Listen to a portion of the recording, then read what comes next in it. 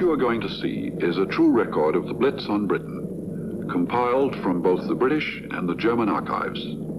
It begins on the 10th of May 1940 and ends with the fire of London exactly 1 year later.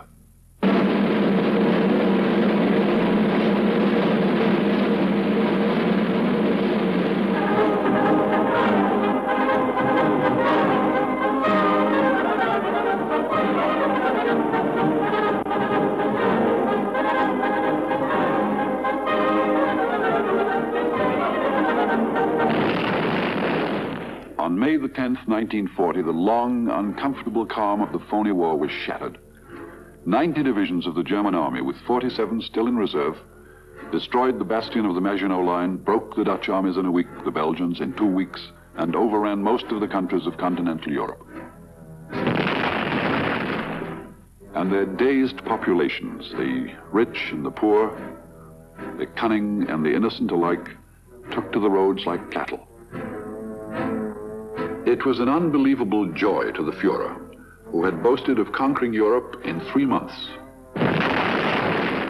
In less than 3 weeks, he was at the gates of the old, the favorite enemy. While the people picked up a few possessions and headed for the south, the 500,000 men of the British Expeditionary Force fell back on the Channel ports, and Hitler meant to trap them. It was towards the precarious foothold of Dunkirk that the outflanked armies converged and stood for the rescue.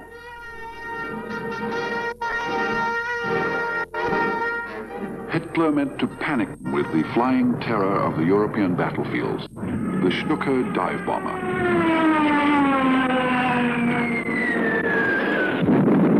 They did not panic. It was all they could do to stay alive on the beaches and wait for a destroyer or a dinghy to take them away. And they left behind all their materiel and equipment. Churchill said at the time, "We have only 67 tanks to call our own." Fortunately, Hitler put this down as a bit of crafty British propaganda.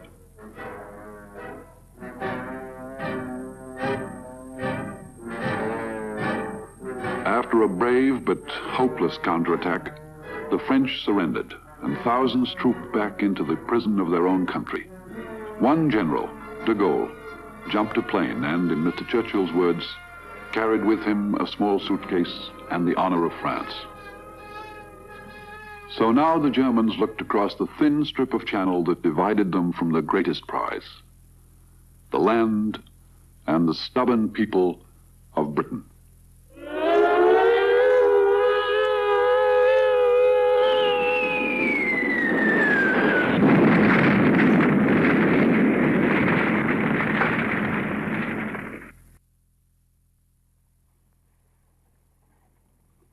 For nearly 1,000 years, only the tides have invaded these beaches. This is what Hitler called the country of the plutocrats, which the British freely translate as the land of the free. Across the channel, the Germans were also digging in, and with what turned out to be prophetic thoroughness, they fortified the continental coastline, and they planted their great guns in concrete.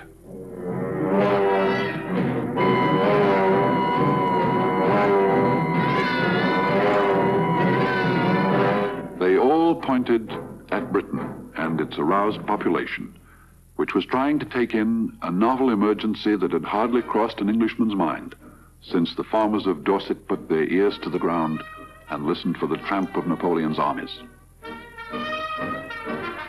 The people soon learned, what Hitler would not, that the advertised shortage of arms was nothing less than the truth. They collected sticks, knives, spears, and even formed a... And since the war had now come to the civilian was now the soldier. These were the men who expected to resist these.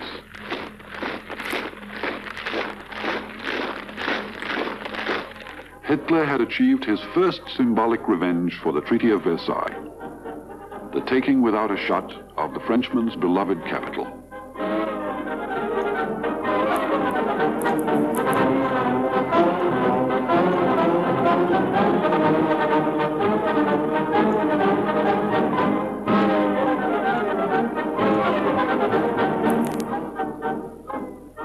German armies made the most of this ceremonial humiliation.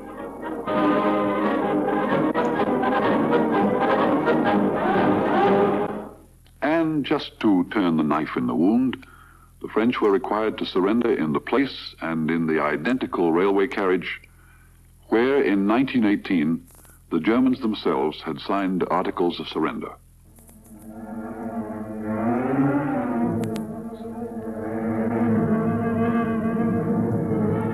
It was yet another omen for the British, another flourishing preliminary to Hitler's supreme ambition, the invasion and conquest of Britain.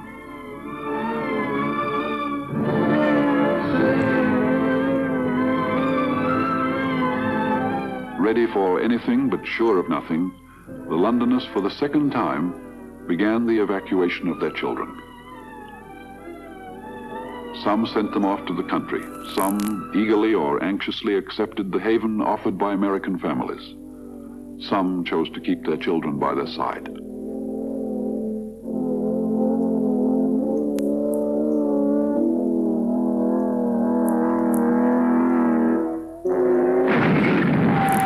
No one knew how or where or when Hitler would drop the first blow. But everybody knew that all wars against the British Isles sooner or later entail a siege. For Britain's food and raw materials come in by sea. And it was at sea that the strangulation of Britain must begin.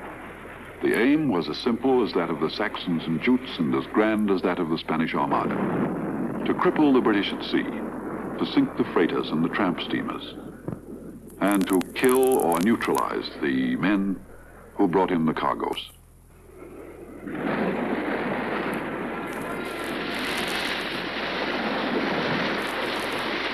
In the summer of 1940, the food stocks were still high, but people knew they were bound to dwindle, and in this, as in many other things, they guessed their way into the future. If this was to be the last battleground, then every last man and woman would be a combatant. So every trade and type and skill and profession was mobilized against the mystery that was soon to be revealed as the Blitz.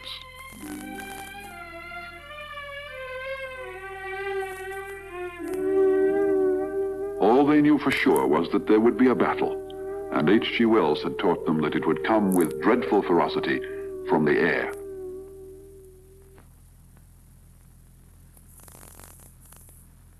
Hitler obliged by indulging his fetish that what had panicked the Polish armies and terrified the civilians of the Low Countries would petrify the British.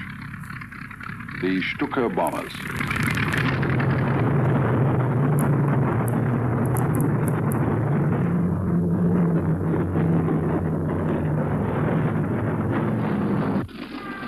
Their first targets were the ships at sea and the coastal towns and harbors that usually received them.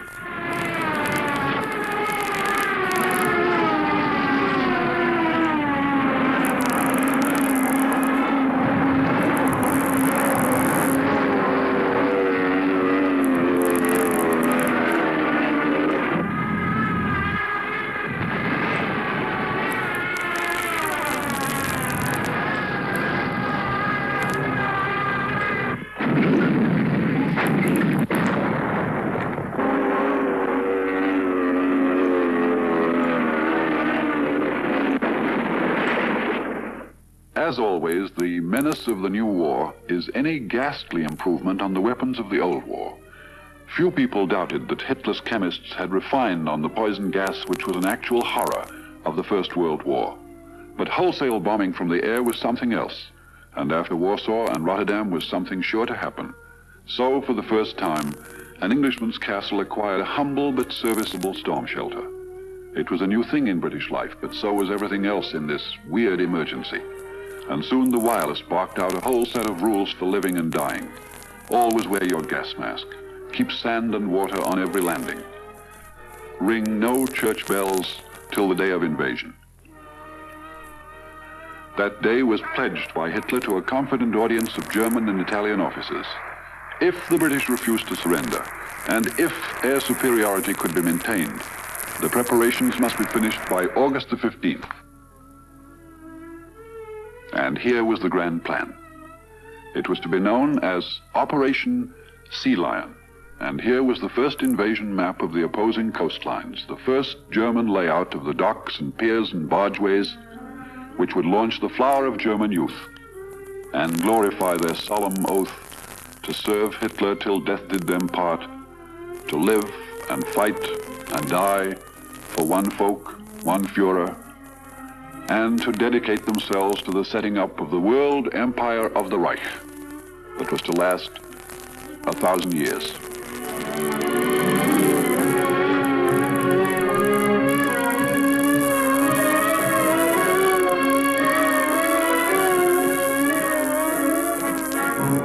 Hitler was convinced that the British would follow the French and sue for peace, but just in case they lived up to their reputation for mulishness, he went ahead with the plans and training for invasion.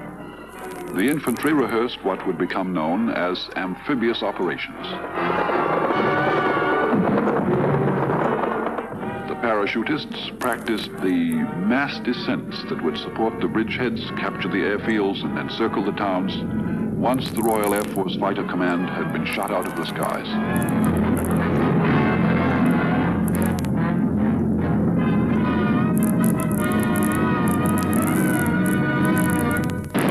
On their side of the water, the British looked first to the protection of the south and east coasts.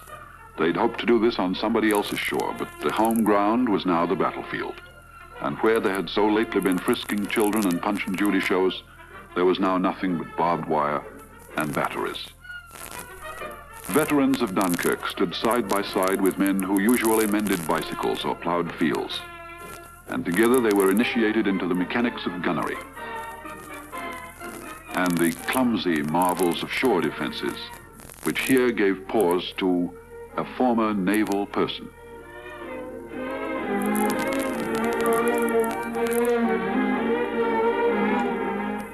Dover Castle, which he somewhere called an ancient and gallant fortress, was the closest watchtower to the French coast, and so Dover was an early and a special target. The old inhabitants soon knew it, but they pretended to a jaunty unconcern with the bustle and bangings of the young men 18 miles across the water. Dover took it early and took it late, and the day and night bombardments came to be more of a nuisance than a disaster. But if uncountable numbers of German shells landed on fields and hedges, they were a steady reminder that the Germans, with their vast war machine intact, had more shells and guns to spare than the British had to use. So to make up for the 250,000 men and all their arms left behind in France, it was time to free every able-bodied man for fighting and turn over to every healthy woman the factory jobs that had always been done by men. Women were conscripted as men were. They exchanged elegance for duty. They learned skills of high precision for which they were supposed not to have the temperament or the patience. The result was a dramatic improvement in the production of airplanes. Only a week or two after France surrendered, Britain had doubled its winter production of planes and had 400 to 500 fighters a month coming off the lines. By the time these Germans were buckling on their uniforms, the RAF had 650 fighters in the front line. The Germans had close to 1,000, but it was not enough to escort their bombers safely against the do-or-die tenacity of the Spitfire pilots. Now, at this stage, in mid-July, Hitler had no intention of beginning the full-scale air battle of Britain. He never expected to have to fight it. He was still confident of convincing the British that their resistance was hopeless. So these first raids were undertaken to soften up the coastal defenses.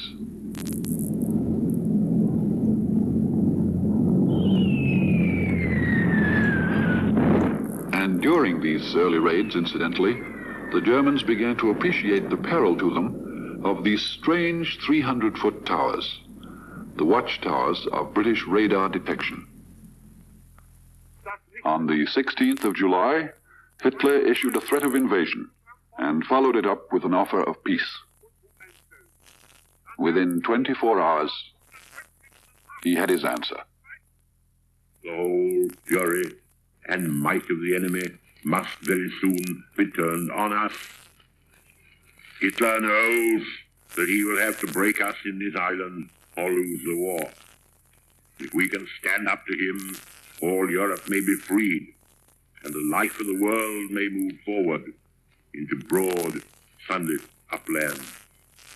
But if we fail, then the whole world, including the United States, including all that we have known and cared for, will sink into the abyss of a new dark age, made more sinister and perhaps more protracted by the lights of perverted science. Let us therefore brace ourselves to our duty. So bear ourselves that if the British Empire and its commonwealths last for 1,000 years, men will still say, this was their finest hour.